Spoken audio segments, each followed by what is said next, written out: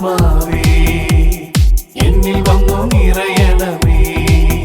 പരിശുദ്ധാത്മാവേ കൃപ ചൊരിയണമേ. പരിശുദ്ധാത്മാവേ ശക്തി പകരണമേ. പരിശുദ്ധാത്മാവേ കൃപ ചൊരിയണമേ. പരിശുദ്ധാത്മാവേ ശക്തി പകരണമേ. നിത്യസ്തുതിക്കേറ്റം യോഗ്യമായ പരിശുദ്ധ പരമ ദിവ്യകാരുണ്യത്തിന് നേരവും ആരാധനയും സ്തുതിയും പുകഴ്ചയും ഉണ്ടായിരിക്കട്ടെ. നിത്യസ്തുതിക്കേറ്റം യോഗ്യമായ പരിശുദ്ധ പരമ ദിവ്യകാരുണ്യത്തിന് നേരവും ആരാധനയും സ്തുതിയും പുകഴ്ചയും ഉണ്ടായിരിക്കട്ടെ. നിത്യസ്തുതിക്കേറ്റം യോഗ്യമായ പരിശുദ്ധ പരമ ദിവ്യകാരുണ്യത്തിന് നേരവും ആരാധനയും സ്തുതിയും പുകഴ്ചയും ഉണ്ടായിരിക്കട്ടെ. സ്നേഹമുള്ളവരെ, നാം കൃപയുടെ സമയത്തിലേക്ക് പ്രവേശിക്കുമ്പോൾ പിതാവായ ദൈവം തൻ്റെ പുത്രനിലൂടെ നമുക്ക് വെളിപ്പെടുത്തിയ കരുണയെക്കുറിച്ചാണ് അനുസ്മരിക്കുക. നമ്മുടെ ഓരോരുത്തരുടെയും ജീവിതത്തിൽ നമ്മുടെ ഓരോരുത്തരുടെയും യോഗ്യതകൾ പോലും പരിഗണിക്കാതെ ദൈവം കരുണ കാണിച്ചു. മത്തായിയുടെ സുവിശേഷം 16-ാം അധ്യായം 13 മുതൽ 19 വരെയുള്ള തിരുവചനങ്ങളാണ്. ഇന്ന് ആ തിരുവചനങ്ങൾ തന്നെ എടുത്തുകൊണ്ട് ദൈവത്തിൻ്റെ കരുണ എപ്രകാരമാണ് വിശുദ്ധ പത്രോസിൻ്റെ ജീവിതത്തിൽ നിറവേറിയത് എന്ന് നമുക്ക് ധ്യാനിക്കാം. യേശു കേസറിയ ഫിലിപ്പി പ്രദേശത്ത് എത്തിയപ്പോൾ ശിഷ്യന്മാരോട് ചോദിച്ചു, മനുഷ്യപുത്രൻ ആരെന്നാണ് ജനങ്ങൾ പറയുന്നത്? അവർ പറഞ്ഞു, ചിലർ സ്നാപക യോഹന്നാൻ എന്നും മറ്റു ചിലർ ഏലിയ എന്നും വേറെ ചിലർ ജെറമിയ അല്ലെങ്കിൽ പ്രവാചകന്മാരിൽ ഒരുവൻ എന്നും പറയുന്നു. അവൻ അവരോട് ചോദിച്ചു, എന്നാൽ ഞാൻ ആരെന്നാണ് നിങ്ങൾ പറയുന്നത്? ശിമോൻ പത്രോസ് പറഞ്ഞു, നീ ജീവനുള്ള ദൈവത്തിൻ്റെ പുത്രനായ ക്രിസ്തുവാണ്. യേശു അവനോട് അരുളി ചെയ്തു, യോനായുടെ പുത്രനായ ശിമയോനെ, നീ ഭാഗ്യവാൻ.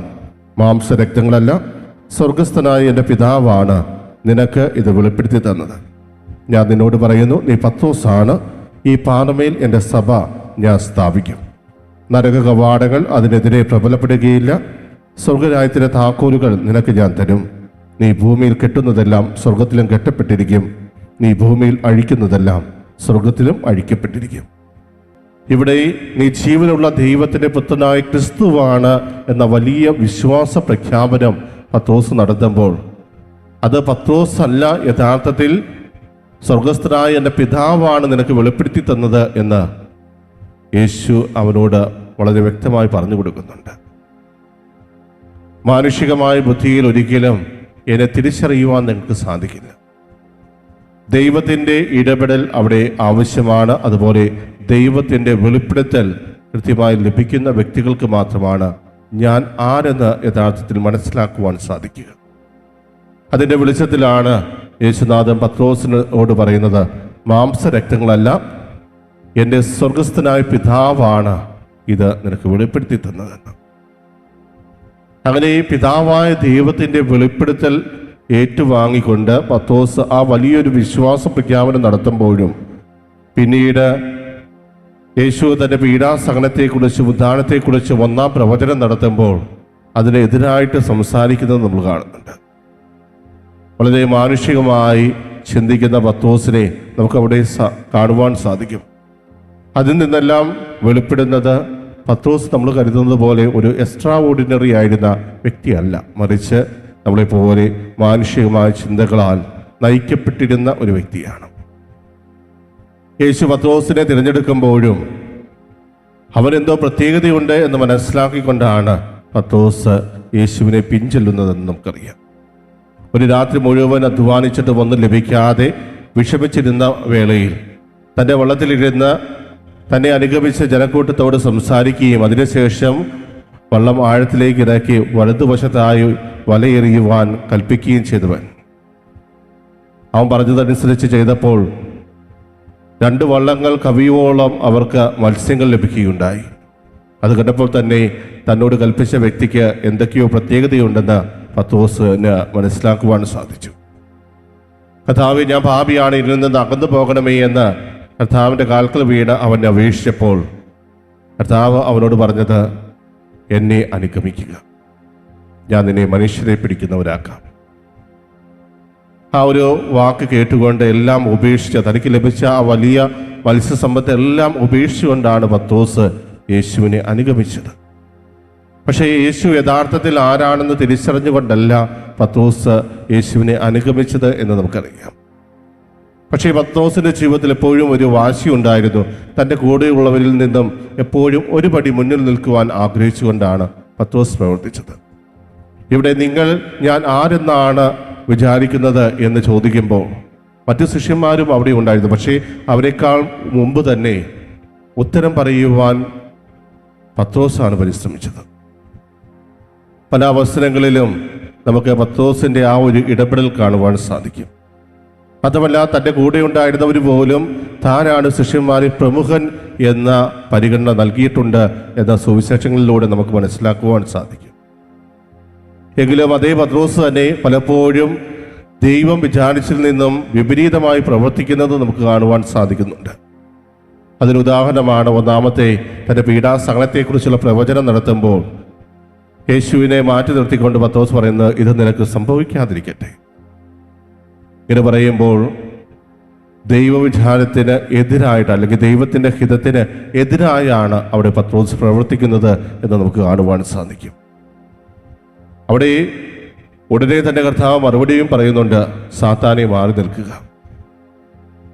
നിന്റെ ചിന്തകൾ ദൈവികമല്ല, വെറും മാനുഷികമായ ചിന്തകളാണ്, ജഡികമായ ചിന്തകളാണ് എന്ന് അതേ നിമിഷം തന്നെ യേശു അവനെ ബോധ്യപ്പെടുത്തുന്നുണ്ട്. പിന്നീട് പല അവസരങ്ങളിലും പത്രോസ് തൻ്റെ വിശ്വാസം അത്ര സ്ട്രോങ് അല്ല എന്ന് തെളിയിക്കുന്നുണ്ട്. വെള്ളത്തിന് മുകളിലൂടെ നടക്കുന്ന വേളയിൽ പത്രോസ്, നീ കർത്താവാണെങ്കിൽ എന്നോടും വെള്ളത്തിന് മുകളിലൂടെ നടക്കുവാൻ കൽപ്പിക്കുക. പത്രോസിൻ്റെ ആ വാക്കുകൾ കേട്ടപ്പോൾ യേശു പത്രോസിനോട് പറയുന്നുണ്ട്, നീ പോരെ. യേശുവിൻ്റെ വാക്ക് കേട്ട് വെള്ളത്തിന് മുകളിലൂടെ പത്രോസിന് നടക്കുവാൻ കഴിഞ്ഞു. പക്ഷേ ഉടനെ തന്നെ അവൻ്റെ ദൃഷ്ടി മറ്റു പല കാര്യങ്ങളിലേക്കും പോയി. അതുവരെ യേശുവിൽ ഫോക്കസ് ചെയ്ത് നടന്നപ്പോൾ യേശു എപ്രകാരമാണോ വെള്ളത്തിന് മുകളിലൂടെ നടന്നത് അതുപോലെ നടക്കുവാൻ അവന് സാധിച്ചിരുന്നു. പക്ഷേ ഉടനെ തന്നെ അവൻ്റെ വീക്ഷണം മറ്റുള്ള ഭാഗങ്ങളിലേക്ക് മാറി. അവൻ്റെ ദൃഷ്ടി മറ്റു വസ്തുക്കളിലേക്ക് പോയപ്പോൾ, അല്ലെങ്കിൽ യേശുവിൽ നിന്ന് അവൻ കണ്ണുകൾ ഉയർത്തിയപ്പോൾ ആ നിമിഷം തന്നെ അവൻ വെള്ളത്തിൽ മുങ്ങി താഴുവാൻ തുടങ്ങി എന്നുള്ളതാണ്. ഒന്ന് ആലോചിച്ച് നോക്കുക. കർത്താവ് അവനോട് വലിയൊരു അത്ഭുതത്തിനാണ് ക്ഷണിച്ചത്. തന്നെ പോലെ ഈ വെള്ളത്തിന് മുകളിലൂടെ നിനക്കും നടക്കാൻ സാധിക്കും, നീ ധൈര്യമായി പോരുക എന്ന് പറഞ്ഞപ്പോൾ തുടക്കത്തിലെല്ലാം ധൈര്യം കാണിച്ച അതേ വ്യക്തി തന്നെ പെട്ടെന്ന് ഭയന്നു പോവുകയാണ്. ഇതാ കർത്താവേ, ഞാൻ നശിക്കാൻ പോകുന്നു, എന്നെ രക്ഷിക്കണമേ എന്ന് ആർത്ത് കരയുമ്പോൾ അവിടെ പത്രോസിൻ്റെ ആ ഒരു വീക്ക്നെസ് നമുക്ക് കാണുവാൻ സാധിക്കും. വിശ്വാസത്തിൽ ഉറച്ചു നിൽക്കുവാൻ സാധിക്കാത്ത ഒരവസ്ഥ. എങ്കിലും യേശു അവനെ ഉപേക്ഷിച്ചില്ല, വീണ്ടും കൈപിടിച്ചുയർത്തുന്ന രംഗമാണ് നമ്മൾ കാണുക. അതുപോലെ തന്നെ തൻ്റെ ഗെത്സമനയിലുള്ള ഓരോ പ്രാർത്ഥനയിലും എല്ലാം തൻ്റെ പ്രിയ ശിഷ്യന്മാരുടെ ഗണത്തിൽ എപ്പോഴും പത്രോസിന് സ്ഥാനമുണ്ടായിരുന്നു. ജായിറോസിൻ്റെ മകളെ സുഖപ്പെടുത്താൻ പോകുന്ന വേളയിലും ആ 3 പേരെയാണ് കൂടെ അകത്തേക്ക് കൊണ്ടുപോകുന്നത്. അങ്ങനെ എപ്പോഴും തൻ്റെ പ്രധാന ശിഷ്യന്മാരിൽ ഒരുവനായി പത്രോസിന് കർത്താവ് സ്ഥാനം നൽകുന്നത് നമുക്ക് കാണുവാൻ സാധിക്കും. എങ്കിലും പത്രോസ് വീണ്ടും തൻ്റെ വിശ്വാസം എത്രമാത്രം പരീക്ഷിക്കപ്പെടുന്നുണ്ട് എന്ന് തെളിയിക്കുന്ന അവസരങ്ങൾ പിന്നെയും ഉണ്ടായി. യേശുവിൻ്റെ പീഡാസഹന സമയത്ത് കാൽവരി മലയിലേക്കുള്ള ആ യാത്രയുടെ വേളയിൽ മറ്റു ശിഷ്യന്മാർ ഓടി ഒളിച്ചപ്പോൾ പത്രോസും ഓടി ഒളിച്ചു. വളരെ രഹസ്യമായി പിന്നെ യേശുവിനെ പിൻചെല്ലുകയും വെറും പരിചാരകയായ ഒരു സ്ത്രീയുടെ മുമ്പിൽ പോലും തൻ്റെ ഗുരുവിനെ തള്ളിപ്പറയുകയും ചെയ്തവനാണ് പത്രോസ് ലീഹ. അതൊരു തവണയല്ല, 3 പ്രാവശ്യം പത്രോസ് തള്ളിപ്പറഞ്ഞു. ഓരോ തവണയും പത്രോസ് തള്ളിപ്പറയുമ്പോൾ താൻ സഭയുടെ തലവനായി തിരഞ്ഞെടുത്തവൻ ഒരു പരാജയമാണല്ലോ എന്നല്ല കർത്താവ് ചിന്തിച്ചത്. മറിച്ച് അവനെ കൂടുതൽ ശക്തനാക്കുവാൻ വേണ്ടി അവന് വേണ്ടതെല്ലാം നൽകുകയാണ്. പിന്നീട് തൻ്റെ ഉദ്ധാനത്തിന് ശേഷം തിബേരിയസ് കടൽ തീരത്ത് വെച്ച് പത്രോസിനെ കണ്ടുമുട്ടുന്ന കർത്താവ് താനേറെ സ്നേഹിക്കുന്ന ആ ശിഷ്യൻ തിരിച്ചറിയുന്നുണ്ട്. കടൽ തീരത്ത് നിൽക്കുന്നത് കർത്താവാണ്, അത് കേട്ടപ്പോൾ തന്നെ പുറകുപ്പായം ഊരിയെറിഞ്ഞുകൊണ്ട് കടലിലേക്ക് എടുത്തു ചാടുന്ന പത്രോസിനെ നമ്മൾ അവിടെ കാണുന്നുണ്ട്. വളരെ ആവേശപൂർവ്വം കർത്താവിൻ്റെ സന്നിധിയിലേക്ക് കടന്നു വരുമ്പോൾ യേശു അവനോട് ചോദിക്കുന്നുണ്ട്, നീ എന്നെ സ്നേഹിക്കുന്നുവോ? അതും മറ്റ് ശിഷ്യന്മാരെക്കാൾ അധികമായി എന്നെ സ്നേഹിക്കുന്നുവോ എന്ന് കർത്താവ് ചോദിച്ചതിന് ശേഷം തൻ്റെ കുഞ്ഞാടുകളെ മേയ്ക്കുവാനുള്ള വലിയ ദൗത്യം വീണ്ടും പത്രോസിനെ ഏൽപ്പിക്കുക. അവിടെയും 3 തവണ എടുത്തെടുത്ത് ചോദിക്കുകയാണ്. അതിലൂടെ തന്നെ ചെയ്തു പോയ തെറ്റെന്താണെന്ന് അവനെ ഓർമ്മപ്പെടുത്തുകയാണ് യേശു ചെയ്തത്. ഓരോ തവണയും അവനോട് എടുത്തെടുത്ത് ചോദിക്കുമ്പോൾ പത്രോസിൻ്റെ കണ്ണുകളിലൂടെ കണ്ണുനീർ വാർന്നൊഴുകി. എന്തിനു വേണ്ടിയാണ്? തൻ്റെ തെറ്റ് തിരിച്ചറിഞ്ഞപ്പോൾ. താൻ ഇതുപോലെ തെറ്റ് ചെയ്ത ഒരു വ്യക്തിയാണ്. താൻ ഒരിക്കലും കർത്താവിനോടൊപ്പമായിരുന്നില്ല. എന്നിട്ടും തന്നെ ഏൽപ്പിക്കുന്ന ദൗത്യം എത്ര വലുതാണ് എന്ന് തിരിച്ചറിയുമ്പോഴുണ്ടായിരുന്ന ഒരു അനുതാപത്തിൻ്റെ കണ്ണുനീരാണ് നമുക്കവിടെ കാണുവാൻ സാധിക്കുക. നീ എന്നെ എത്രമാത്രം തള്ളി പറഞ്ഞിട്ടും ഇതാ എൻ്റെ കുഞ്ഞാടുകളെ മേയ്ക്കുവാനുള്ള ദൗത്യം ഞാൻ നിന്നെയാണ് ഏൽപ്പിക്കുന്നത്. പ്രിയമുള്ളവരെ, അന്ന് ഏറ്റെടുത്ത ആ ഒരു ദൗത്യം ഇന്നും തൻ്റെ പിൻഗാമികളിലൂടെ തുടരുമ്പോൾ, പ്രിയമുള്ളവരെ, സഭയിലെ എല്ലാ മാർപ്പാപ്പമാർക്കും മെത്രാന്മാർക്കും വേണ്ടി നമുക്ക് പ്രത്യേകം പ്രാർത്ഥിക്കാം.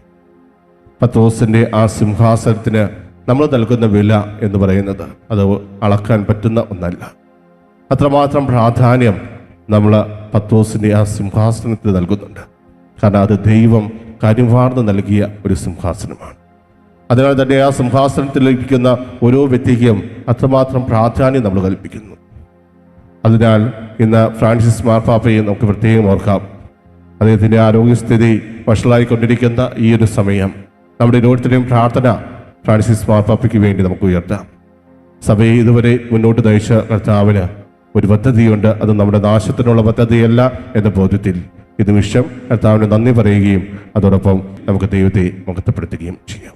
നമ്മളെ ഓരോരുത്തരെ അനുഗ്രഹിച്ച നല്ലവരായ തമ്പുരാന് നമുക്ക് പ്രത്യേകം നന്ദി അർപ്പിക്കുന്നതോടൊപ്പം പത്രോസിൻ്റെ ജീവിതത്തിൽ കർത്താവ് എപ്രകാരമാണ് കണ്ടു കാണിച്ചത് എന്ന് തിരിച്ചറിഞ്ഞ് പലപ്പോഴും പരാജയമായി മാറിയപ്പോഴും വീണ്ടും വീണ്ടും കൈപിടിച്ചുയർത്തിയ കർത്താവിൻ്റെ ആ സ്നേഹത്തെ ഓർത്ത് നമുക്ക് നന്ദി അർപ്പിക്കാം. നമ്മുടെ ജീവിതത്തിലും പത്രോസ് കടന്നു പോയതുപോലെ ഒത്തിരിയേറെ പരാജയം കടന്നു വരാം. അപ്പോഴും നമ്മൾ ഓർക്കേണ്ടത് പത്രോസിനെ കൈപിടിച്ചുയർത്തിയ കർത്താവ് നമ്മളെയും കൈപിടിച്ചുയർത്താൻ തയ്യാറാണ് എന്നുള്ളതാണ്. അതിനാൽ കർത്താവിൻ്റെ സന്നിധി പൂർണ്ണമായി അഭയം പ്രാപിച്ചുകൊണ്ട് നമ്മൾ ചെയ്തു പോയ തെറ്റുകുറ്റങ്ങൾക്കെല്ലാം മാപ്പപേക്ഷിച്ചുകൊണ്ട് കർത്താവേ, ഇനിയും അവിടുത്തെ കരുണ ഞങ്ങളുടെ ജീവിതത്തിൽ ചൊരിയണമേ എന്ന് നമുക്ക് പ്രാർത്ഥിക്കുകയും അവിടുത്തെ ആശീർവാദത്തിനായിട്ട് അവിടെ ശിരസ് നമിക്കുകയും ചെയ്യും.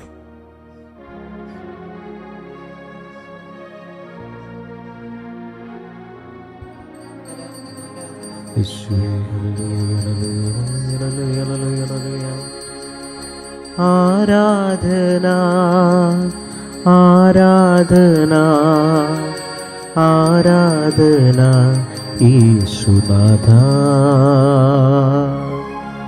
പരിശുദ്ധ പരമമാം ദിവ്യകാരുണ്യമേ, എന്നുമെന്നും അങ്ങേക്കാരാധന, എന്നുമെന്നും അങ്ങേക്കാരാധന, എന്നുമെന്നും അങ്ങേക്കാരാധന.